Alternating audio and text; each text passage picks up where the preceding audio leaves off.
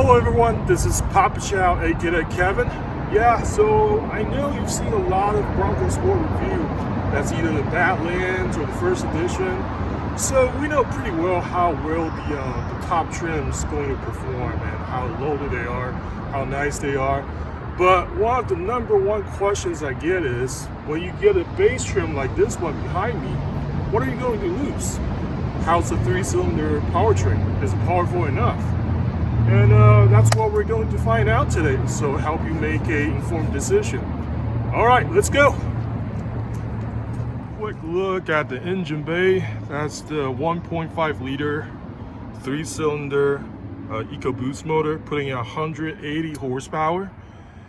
In my opinion, it's definitely enough to move this rig around, especially with the 8-speed transmission, where you have enough low ratio gears down below to help moving it. And one thing I noticed in the engine bay that's kind of interesting is you can totally see what the backbone of this escape is. That's right here. And then you have the sheet metal kind of hanging off, built around it. That is always kind of interesting. And then you have the air intake all the way high up. So you have some water capability. You can go over some shallow water without sucking the water into engine and causes vapor lock, which is really bad for your engine. You don't want that. So on the base trim, you're still getting the same headlight setup, but you are getting black Bronco lettering up front, and you're not going to have the fog lights. That should be right here. And you still get some decent size aluminum wheels and good styling as well. And the mirror cap is going to be plastic. It's not going to be painted. So are the door handles. Same thing in the back.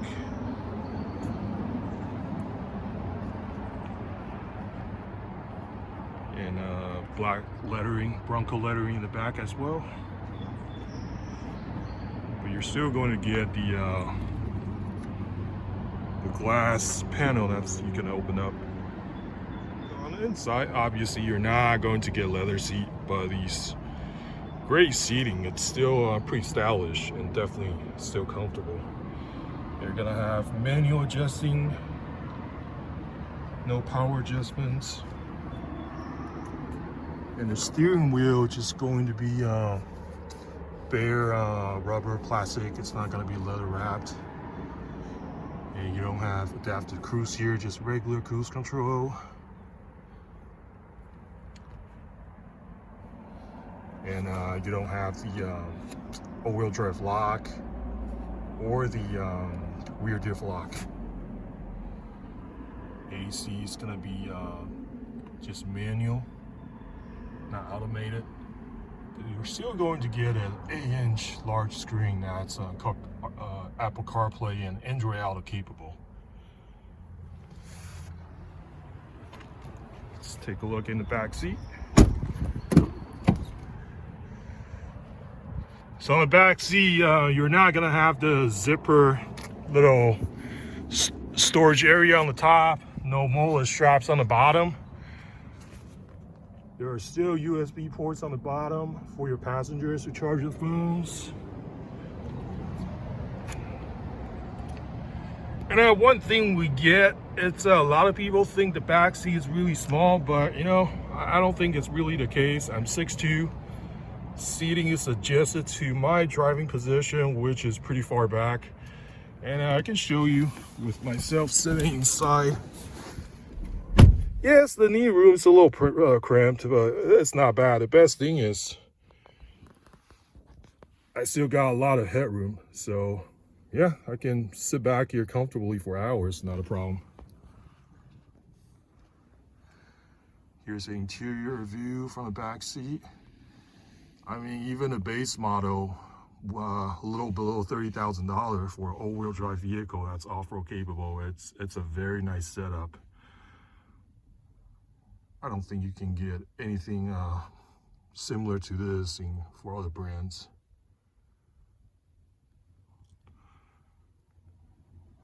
All right, let's go for a short drive and see how well the 3-cylinder performs.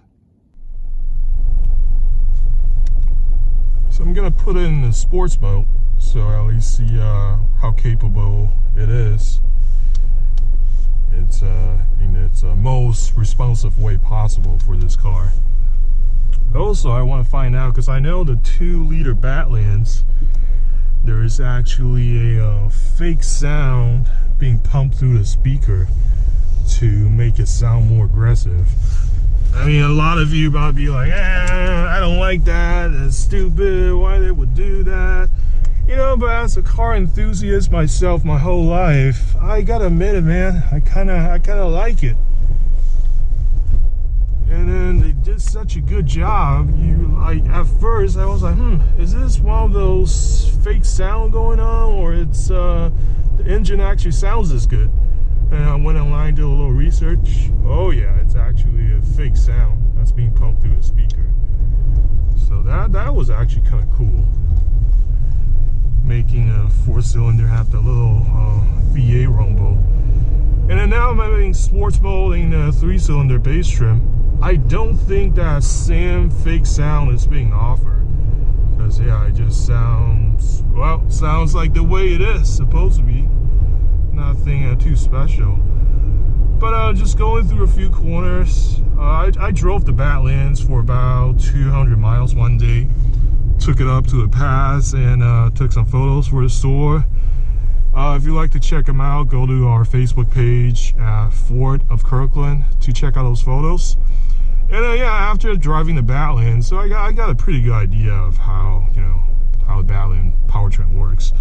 And yeah, the 3-cylinder definitely, it is lacking a little power, but it's not so bad like, back in the days, 15-20 years ago, when you buy a Honda Accord or Toyota Camry, you have the 4-cylinder and 6-cylinder option, and then it feels like day and night difference. This 4-cylinder just not kind of rough, louder, and it's not as smooth as the V6, and it's definitely lacking a lot of power.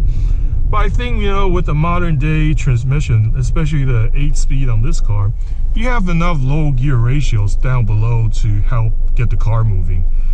And then, back there, I reach maybe 50 miles an hour. So yeah, 0 to 60, it's absolutely no problem getting on the freeway, merging on the freeway, trying to pass someone on the fast lane. There's not going to be any problem whatsoever. But one thing I do notice with the 3-cylinder, it's there's definitely a little more vibration going on when you're sitting at a stoplight. And it's got a little bit more of that diesel, direct injection chattering going on. A little more, not too bad. Considering on the, base model, you get good fuel economy on the decent size SUV. Yeah, and then yeah, once you get going and driving, yeah, you don't feel that vibration anymore. And then yeah, once you're going at speed, now I'm going at 40, you don't hear that drivetrain chattering. Not drivetrain, but fuel pump, injector, all those chattering noise, you don't hear it as much. You only really hear it when you're at a full stop. So yeah, on the base trim, you still have the 8-inch center stack. Comes with, doesn't have the factory navigation, but still got the Apple CarPlay, Android Auto. You do have to plug it in through your USB port. This is still just the Sync 3, not the Sync 4, so it's not wireless. Yeah, it's good, man. Going through corner, getting out of the stoplight. And one thing I do notice is the center console. It's just bare plastic. It's not painted like the Big Bend. But you still have, soft touch material that's better than the Escape. So you have the lane keep assist camera up on top. And it's easy to turn it on and off with this little switch here. Now it's on, now it's off. And the little bucking horse Bronco letting you know what kind of car you're driving. And the little graphic in a gauge cluster. That's kind of cool. for watching. Yeah, hopefully I did a decent review on the bass trim, and then you still can now have a better idea what kind of car you're getting with getting a bass trim, which is, you know, for modern day, even a bass trim, you're still getting a lot of features for the amount of money you pay. So yeah, thanks for watching again. Please subscribe and like, and then leave a comment below if there's any Ford product review you'd like to see. And hope to see you again soon. Have a good one. Bye bye.